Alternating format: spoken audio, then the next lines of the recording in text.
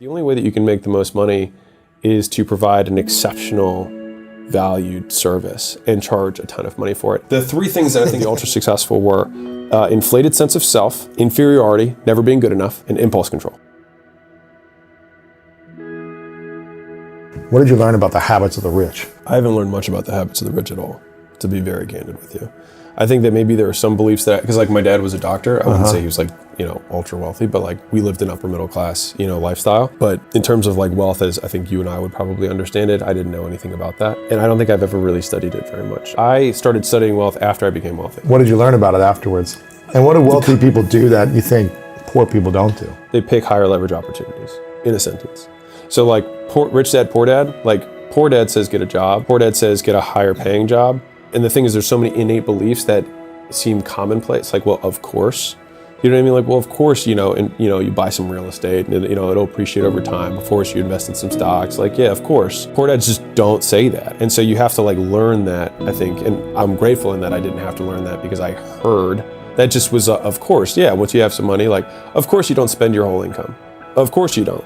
And so there's a lot of course you don'ts that I think I inherited just by being like a saving father. But there's also some upper middle class people who don't save anything. But I think my dad, he helped a lot with like money hygiene. Had a lot of really good money hygiene from my dad. The big breakthrough that I had for me was when I stopped focusing on, and this is gonna sound backwards, but when I started my gyms, I was all about building the business. And when I built the biggest companies that I've had and now recently sold, and now we have our portfolio, it was about how do we make the most money?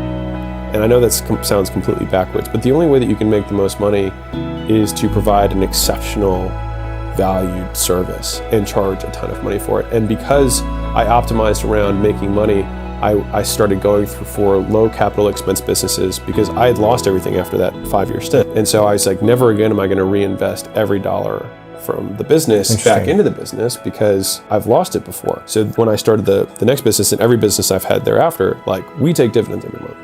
And we do that because... You don't wait till there's an exit 10 years later. No, put all your money in. I'd love to do both. Yeah. Why not both? Sure. Right? And so that was... Take a dividend and get a bigger payout. Yeah. But not just put money in and wait and get no money back.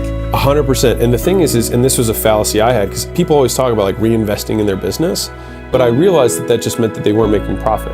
And so the vast majority of businesses, even the software world is somewhat shifting in this, but they want to see profit. And then even better is if you have net free cash flow, which is just a fancy word for the amount of money that you can take out every month after making necessary investments in the business.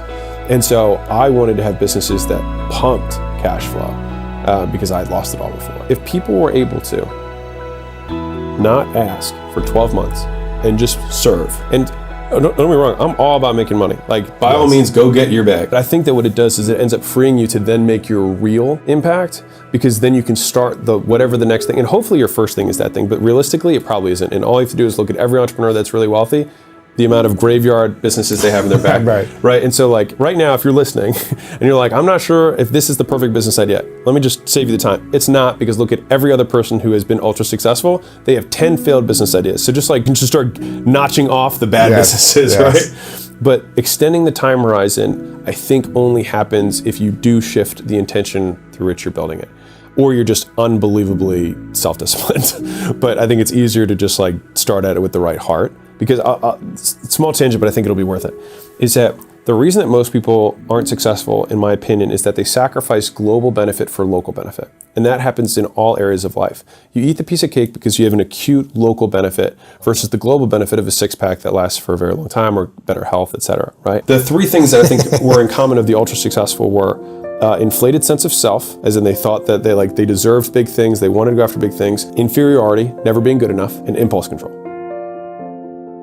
Those are the three factors of the most successful. These people think they believe that they can achieve all this amazing stuff, and then it's an amazing paradox, because at the same time they think they're not good enough and they are insecure about whether they can achieve it. And they have impulse control and they stay focused on the thing.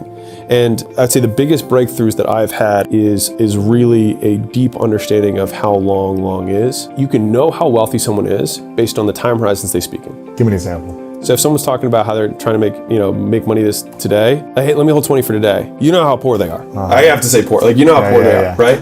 If someone's talking about what they're gonna make this week or this month or this quarter or this year or this decade, Think about how different the people are who are talking in those time horizons. And so I think that if we can shift the time horizon that we think in, then we gain more leverage over our time, which we then know we will compound into money. Because I think if you can master the time, you master the money.